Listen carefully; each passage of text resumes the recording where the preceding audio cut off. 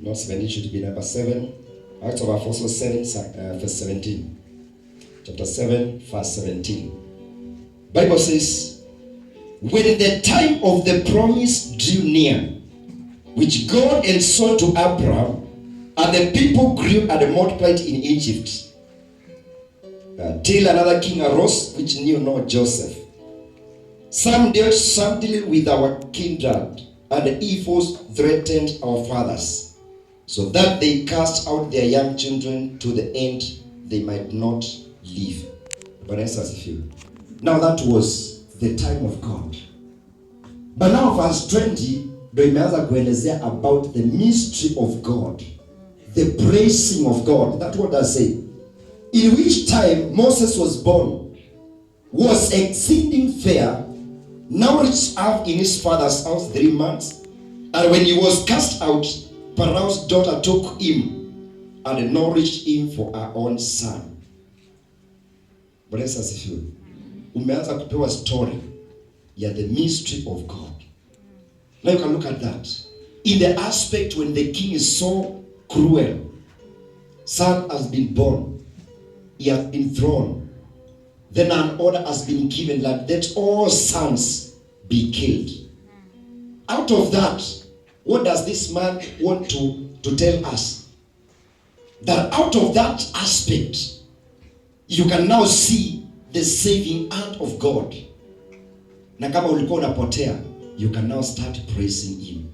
Amen. Because out of that mystery, out of that hard times, out of that hard situation, Amen, he could raise his son. He could raise his servant for the praisings. Amen. So praising, we praise or we honor, we thanksgive him. We are giving thanksgiving to him is the words of praises. It's a sacrifice. So worship and the praising is a sacrifice. When we look at the book of Hebrews, chapter number 11 or 12. I'll read one that for you, because we are trying to understand. Hebrews chapter number, which chapter number is that? Chapter number 12.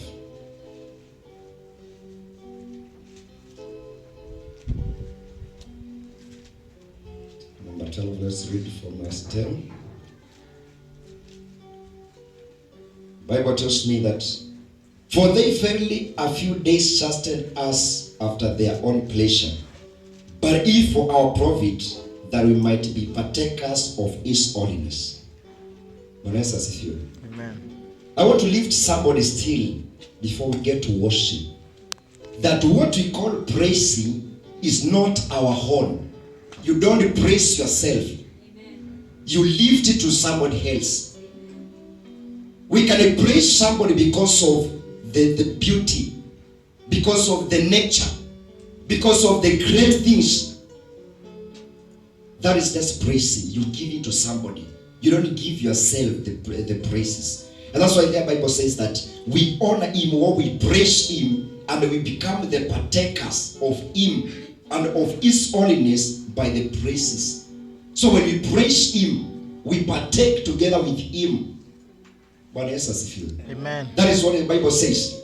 Then verse 12 says, wherefore lift up the ends which hang down and the feeble knees, and make straight path for your feet, lest that which is lame be turned out of the way, let it be rather be healed. That is an order. That as we praise him, let's not be just like any other person. That's why I was saying that let's take the carnality out of, take the flesh out of you, reduce the humanity, and raise something within yourself. That's why I was saying that let them that praise him, let them that worship him lift up their hands. Let those tired hands be lifted. Why? Because we want to show the praises. Amen. Amen.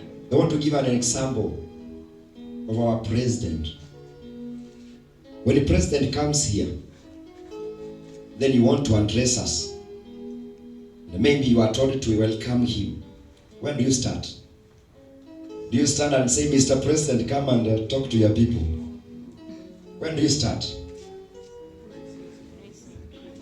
First, you start by adoring him. Welcome, Mr. President, sir. This is a very wonderful time. This is a very wonderful place for you. It's your time. These are your people, all of them. That is what was that? You are praising him. At least ataanza kufeel ako mahali fanafana. Unaweza sifiwe. Amen. These people wote wanakupenda. After all utamdanganya. Watu wote walikupigia kura. Kwa nini? Because you want to draw the heart of him. Unaweza sifiwe. Amen. Now somebody ameanza kushika. Why we say that praising God is beyond the humanity. There is a book I'm writing about divinity and humanity. It's a very nice one. Moving out of humanity. Yes, you are walking, but you are not the one walking. There is somebody who is in you who can be lifted and just remain walking. He just went somewhere just to know the presence of God. So if you are praising God, we are lifting him. Not because of the provision only. Not because of protecting you. But because of who he is. Some other times if we to praise him because of the provisions, there are some people who will not praise him. Unaweza asifiwe. Sikuna watu wanakufa na njaa. Sikuna watu wanaangamia na mambo na vita. If we are to praise him because of protection, they will not praise him. But we are to praise him because of his sovereignty. He is our power. He is our God. After all, even if our friends leave, even if our parents leave, I shall be left with him alone. He's my Father. Praise God. Amen. I can lift him. I can praise him because he is mine. That is praising God. We will praise him. That's why David was in the book of Psalms almost all through. He just says that let praise God. There is a time that and he could make us very, very good prayer. That my soul and whatever is within me, not just my heart, not just my mouth, not just my mind, whatever is within me, praise his holy name. Let's read that. Psalms 103, chapter 1 and 2, then 3.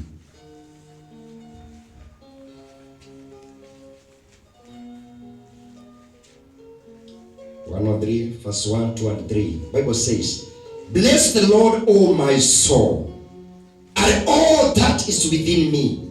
Bless his holy name. Just listen to that. Praise the Lord. Bless the Lord, O my soul, and all what is within me. Just lift his holy name. That is a praising. Just by starting that, God himself, you shall be moving the heart of God. Just by lifting him. That not only my mouth, not only my lips, but whatever is within me, just praise the Lord. That draws God. Bless the Lord, O my soul, and forget not all the benefits. Oh my. Amen. You're just not praising him like that.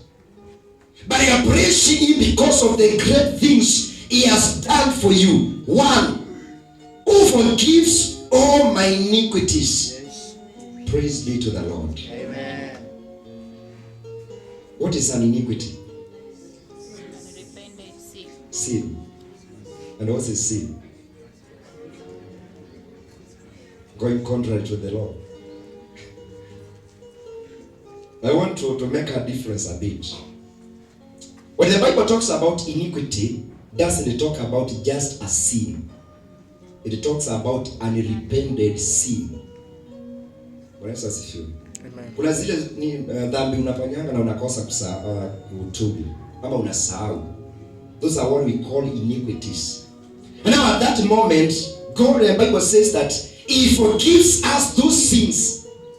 He forgives us even by the times we forget to repent. He will be there to forgive you. Is that not a reason to praise Him? Then number 2, who heals all thy sicknesses? Kuna sometimes unangojekanga, unaamka asubuhi unapata yenyewe umengojeka.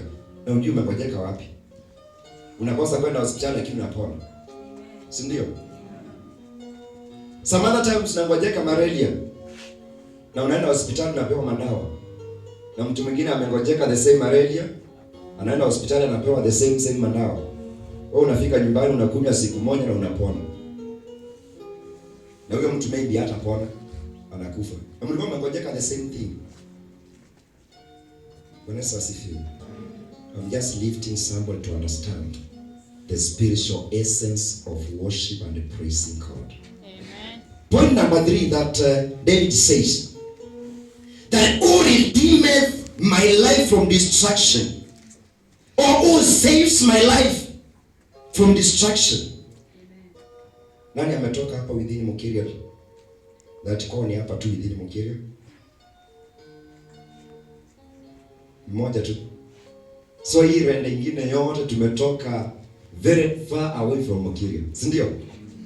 Na si ulitoka nyumbani tu vizuri ukafika huku. Na in the next 3 weeks you will be going home. Si ndio?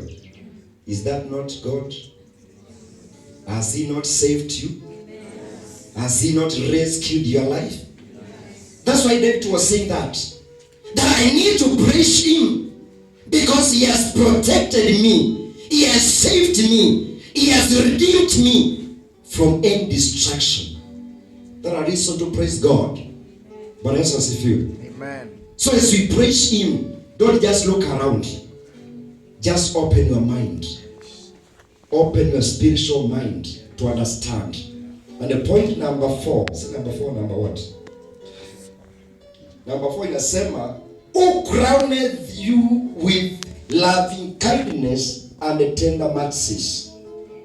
Oh, nakuna mwenye amesikia hiyo. Amen. Who crowns you? What is to crown? It's like to reward. Let me use a very better term because we are all of us scholars. Who graduates you with loving kindness, and that not enough, and His mercies. Rest as if you. When now we try to expound that one, no utajua why to praise God. What is loving kindness? Love and kindness. When you go back to the gifts of the Holy Spirit and the fruits of the Holy Spirit, where does loving and kindness lie? Is it a gift or a fruit? It's a fruit. It's a fruit of Holy Spirit.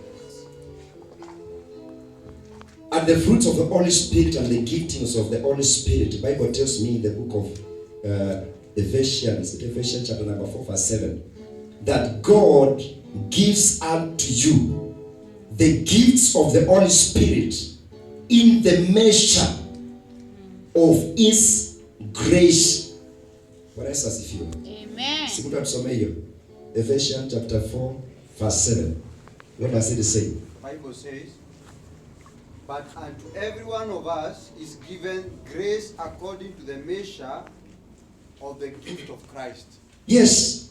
Everyone has been given the grace according to the nature and the whole measure of the gifts of God. Bwana Yesu asifiwe. In that aspect, Paul was talking about the covering of the believer. And that's why now David was just repeating the same. That I praise the Lord because He has given me the gifting of the Holy Spirit, the fruits of the Holy Spirit, and not just the gifts and the fruits, but He has given it in abundance according to the measure of His glory. Praise asifiwe. Amen. And that was not enough. Who also adds me his mercies.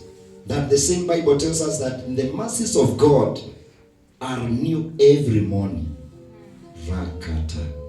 Every morning, the mercies of God are ever new. So that's something that you need to praise God. You wake up sick, praise God. You wake up well, praise God.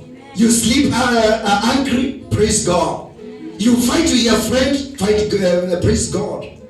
But why do you need to fight? Yes? Why do you need to fight so that you praise God? Don't fight. Amen. But in all the situations, in all the circumstances, praise Jesus. Praise Him because of the great things. Praise Him because of the mercies that are ever new unto my life, that are ever new into me. Praise be to the Lord. Amen. But that was not enough to praise Jesus.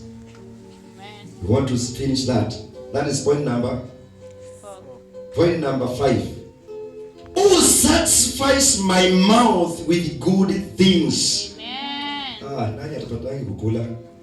Ama nani atapendangi kujazwa na Mungu? Yes. So I praise Jesus because He fills my mouth. He fills my lips. I would say like Ezekiel, that oh Lord, fill my stomach or fill my belly with your scroll, so that as I speak, I will speak your good tidings. Amen. Praise be to God. Amen. That's why I need to praise Him, because I carry something. I am a carrier of His glory. I am a carrier of the word. So every time I wake up, I just need to praise God, Amen. because He has done great. He has done it to us. Oh, Shai. He has done so great to your life. That's why you say that I thank Him all through. And now the final one, which is very wonderful.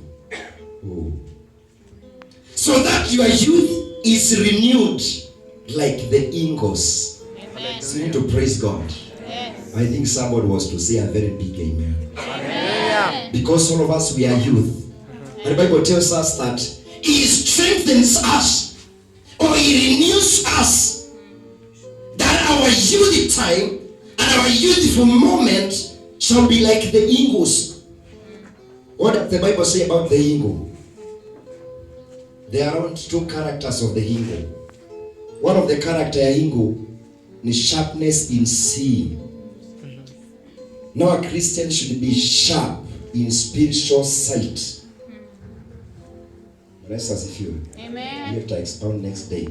Another thing with the eagle is that he has an ability of speed.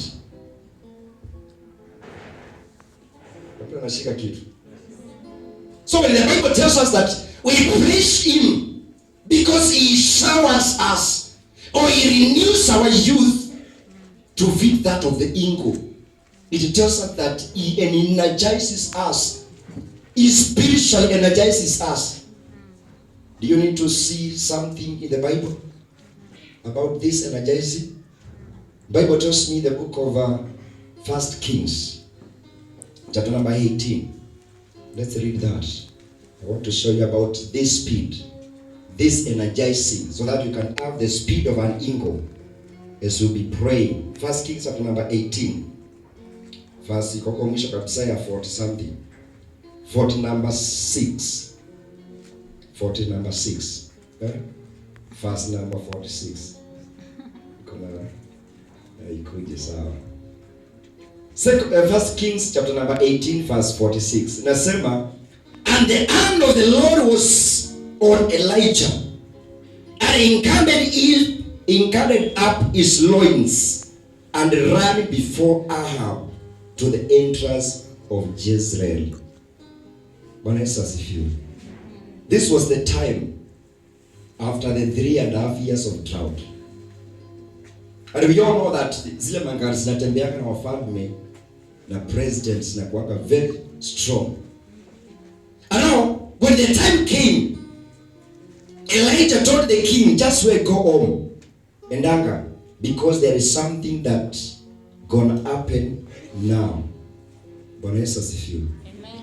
Na huyo mzee akatembea na kasha zake za vita, akakimbia sana because ameambiwa na nabii.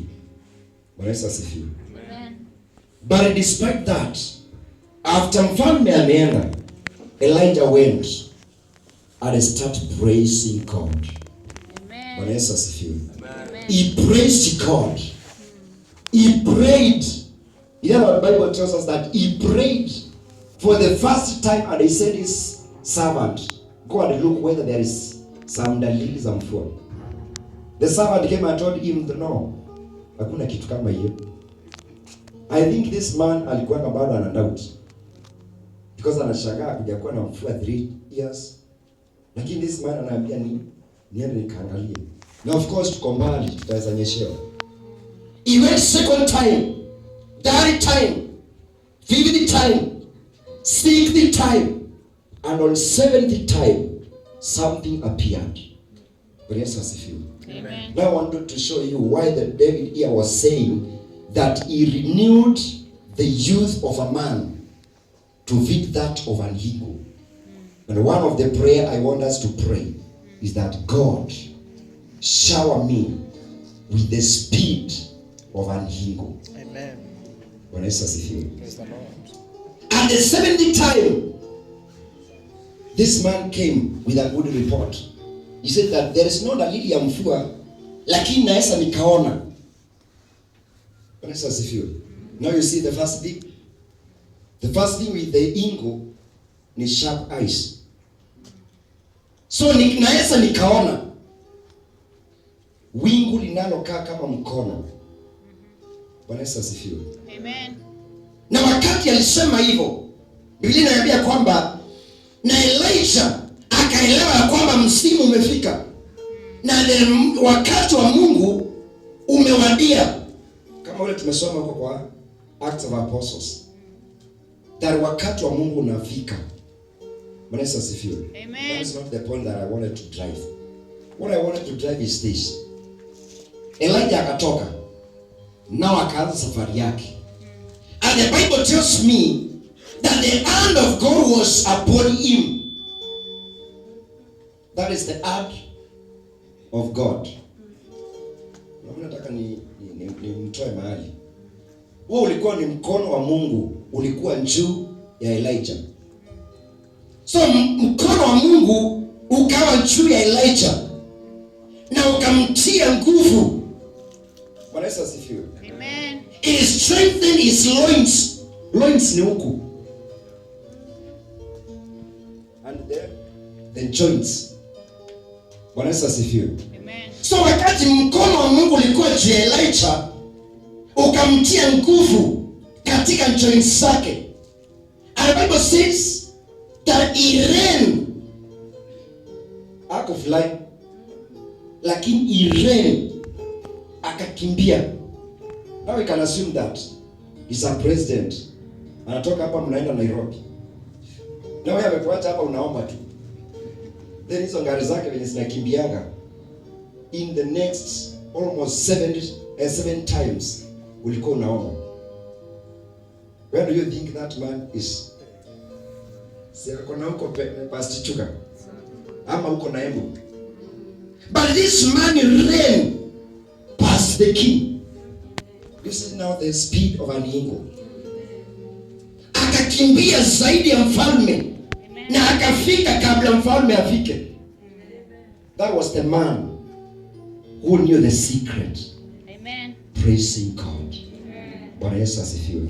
So that's why David was saying that who renews my strength, who renews my youth, Amen. and it gives me the ability of an eagle.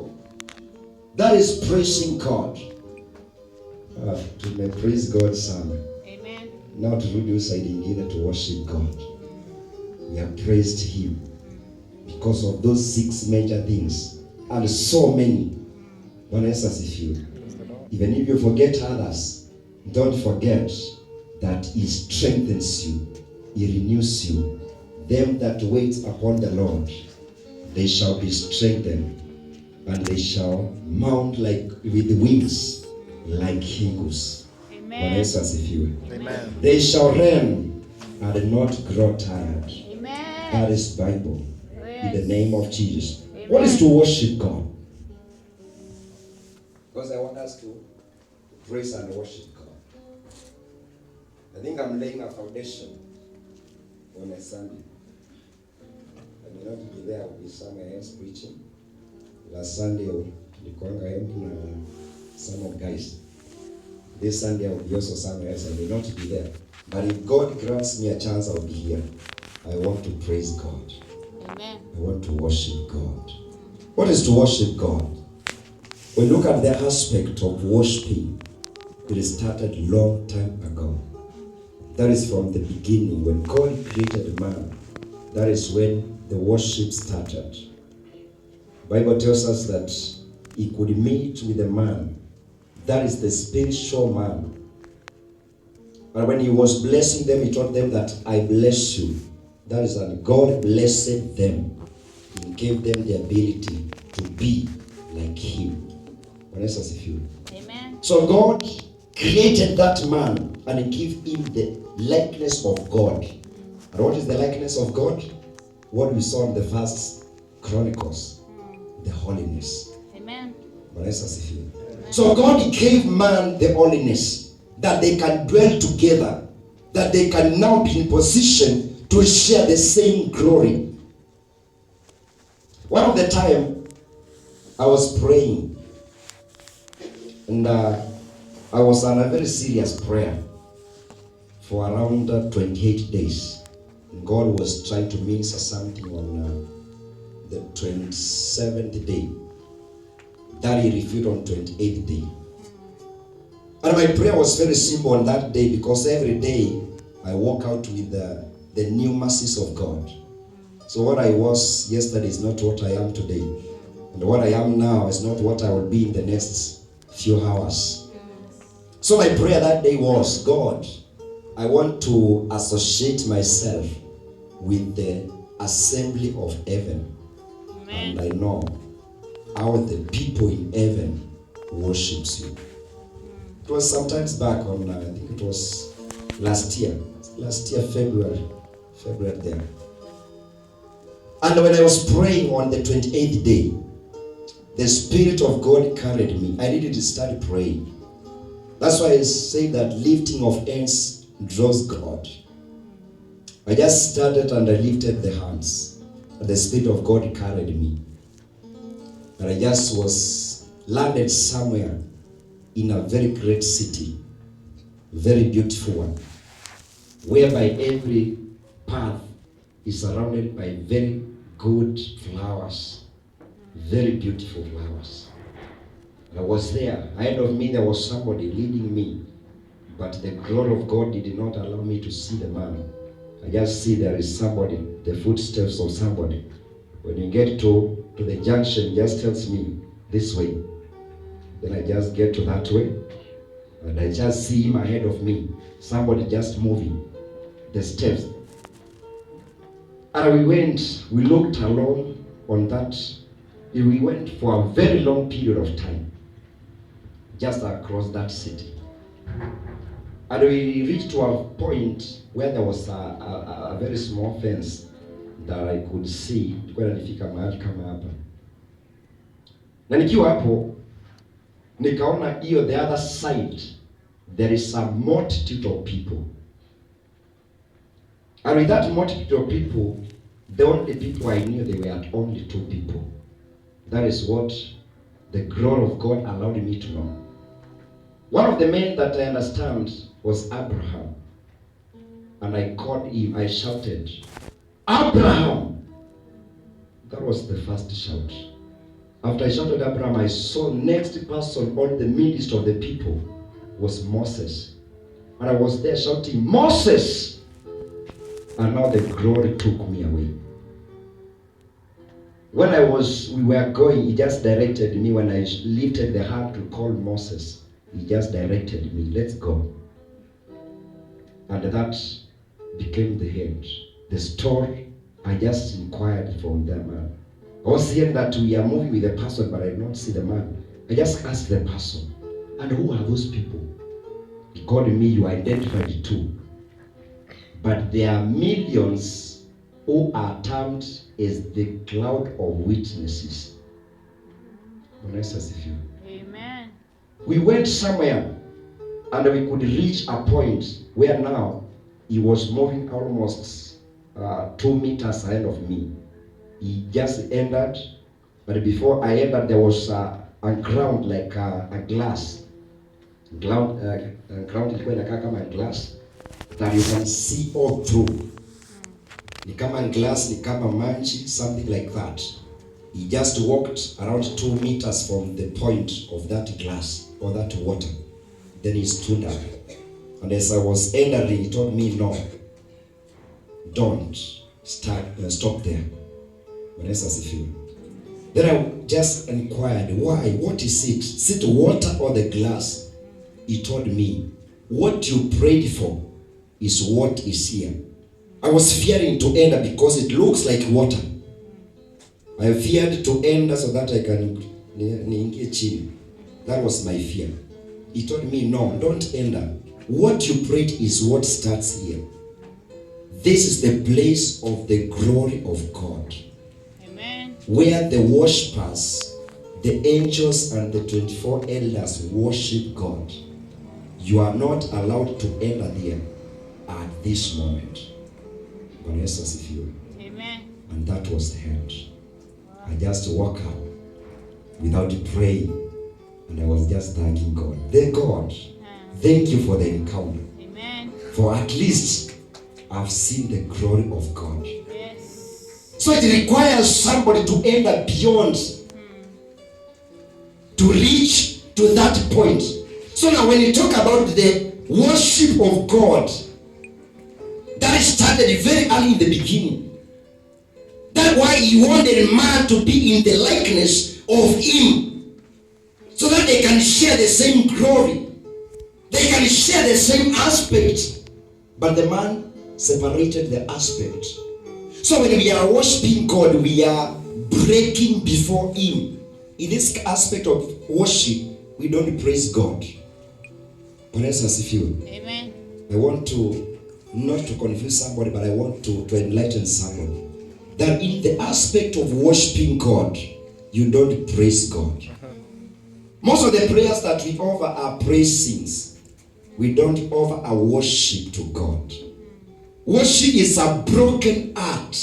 The aspect of falling down, releasing yourself, that you are nothing before him. So you are nobody unless he touches you. That is worship. You just break down that God himself can replace the man in you. Yes. That is worship. Amen. Breaking yourself, releasing yourself. And when it reaches to that point, I just feel the trembling of God. Because I need that presence, that glory of God in the worship. That's what the Bible says, that the angels were not praising God. They were trying to be in the aspect of God. So they are worshiping God because of the glory that is upon the throne. That is what we need to pray, that God can turn us, can just break us to be the people that he deserves. Some other times we can say worship is like a deeper praising. You go deeper to praise God. But now in this case, we have to include something in spirit and in truth. Amen. You just don't to understand the praising. You just praise in the spirit. Amen. Allowing him to transform your nature. Amen. Allowing him to break you. Bible tells us in the book of John chapter number 4, verse number 23. John chapter number 4, verse 23.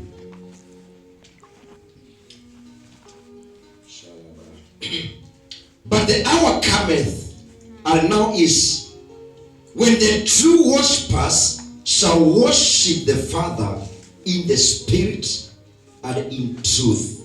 For the Father seeks such worshippers. Bwana Yesu asifiwe. Amen. Father doesn't seek the praises. He knows the true Son of God will praise him. But what he needs from us is the worship. I listened to other man of God was saying that the only thing God cannot do to himself is to worship. God needs somebody to be in the presence, in the aspect of himself, to worship him. Amen. That's why he says that I seek them that are in the spirit.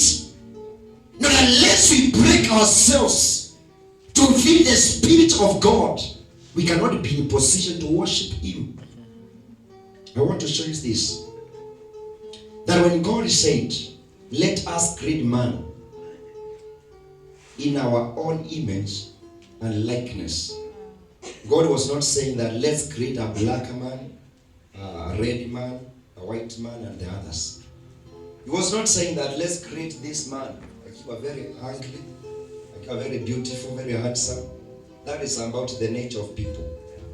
But what God was saying, let us create, was the spirit that he gave the man. Sure. Do you want to know something else?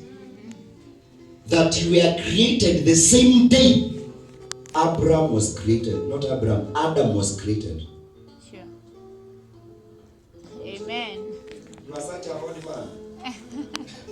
It's only that your incarnation imefika sahi. You are created the same day that God said, let us